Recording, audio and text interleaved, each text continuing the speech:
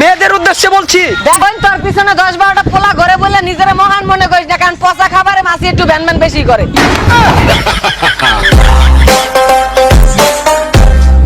যে আপনাকে পাগলের মতো ভালোবাসে তাকে ছাগলের মতো অবহেলা করবেন না। হইতে পারে আপনি তাকে একদিন গরুর মতো খুঁজবেন, কিন্তু সে আপনার বান্দরের মতো নাসায় ছুঁয়ে যাবে গা।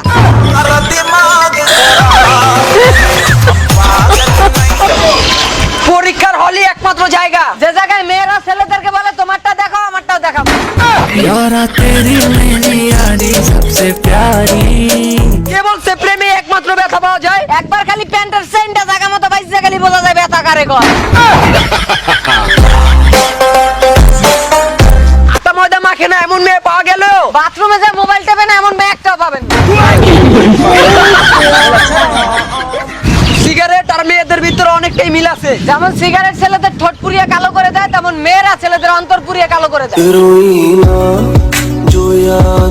কিছু কিছু মেয়ে চাঁদের মতো, যাদের নিজস্ব কোনো আলো নাই, মেকআপের আলোতে আলোকিত।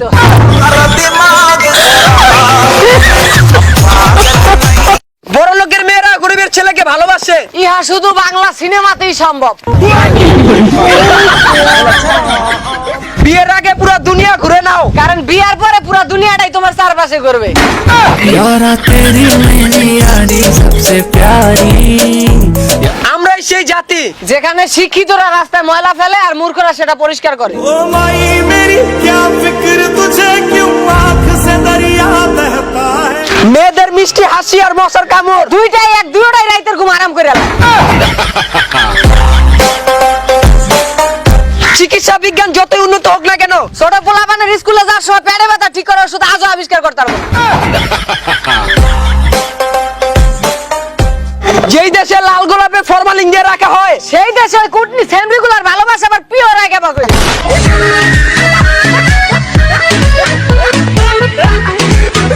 ভালোবাসাটা শাহজাহানের চাইতে কম ছিল না। খালি বাজেটের অভাবে তাজমহল বানাইতে পারি নাই। ও আমার ভাল লাগে না। আচ্ছা বন্ধু, আমার একটা জিনিস কিছুতেই মাথায় ঢুকে না। একটা জিনিস আমার কিছুতেই মাথায় ঢুকে না, মেয়েরা এত জায়গায় চাকরি পায় কিন্তু ফায়ার সার্ভিসের চাকরি পায় না কে? ওরে মেয়েরা ফায়ার সার্ভিসে চাকরি পাবে কেবা করি? হ্যাঁ। ওরা তো আগুন জ্বালাতে পারে নিভাতে পারে না। हम पागल नहीं है भैया।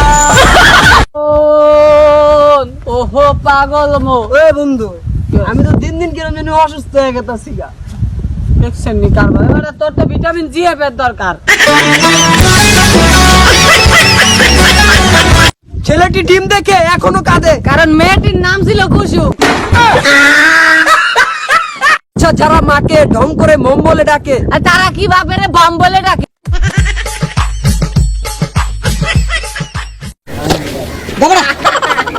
মানুষের দিস বেটা কালে আইসি পিছনে ধাপাস করে লাফতি মারি বেটা হালাই দাও বুঝো কে খারাইছে তোর পিছনে কেটা দাঁড়াইছে বোঝে না কিছু লাগিতে বেটা 2 লাখ ফলোয়ার একটা বোঝার ব্যাপার। আরে জীবন মাহমুদ ভাই, ভাই আপনি লাগে একটা সোলো মোশন মই ক্যামেরা চালু করো তো। রেডি? হ্যাঁ রেডি ভাই। হ্যাঁ ও সোলো মেশন রেডি? হ্যাঁ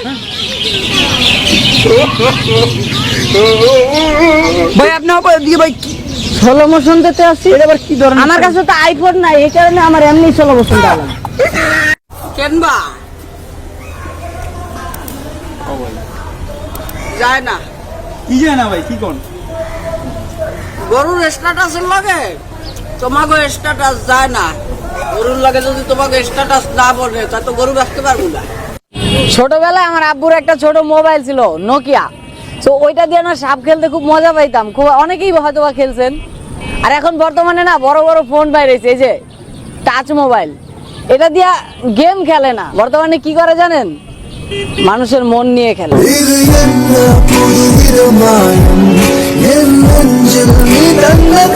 আসসালামু আলাইকুম গাইস, আশা করি সবাই অনেক ভালো আছেন। তো আমরা যে ভিডিওগুলো করি এগুলো একমাত্র আপনাদেরকে বিনোদন দেওয়ার জন্য, যে ট্রল গুলো করি একমাত্র আপনাদের বিনোদন দেওয়ার জন্য। এগুলোকে সিরিয়াস মাইন্ডে নেবেন না, জাস্ট বিনোদন হিসেবে নেন।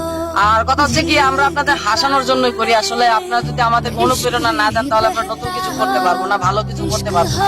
তো আমাদের যদি কোনো কথায় বা কোনো কিছু আপনাদের মনে আঘাত লাগে তাহলে আপনারা মন থেকে মাফ করে দিবেন। তো thank you so much, love you all, tata.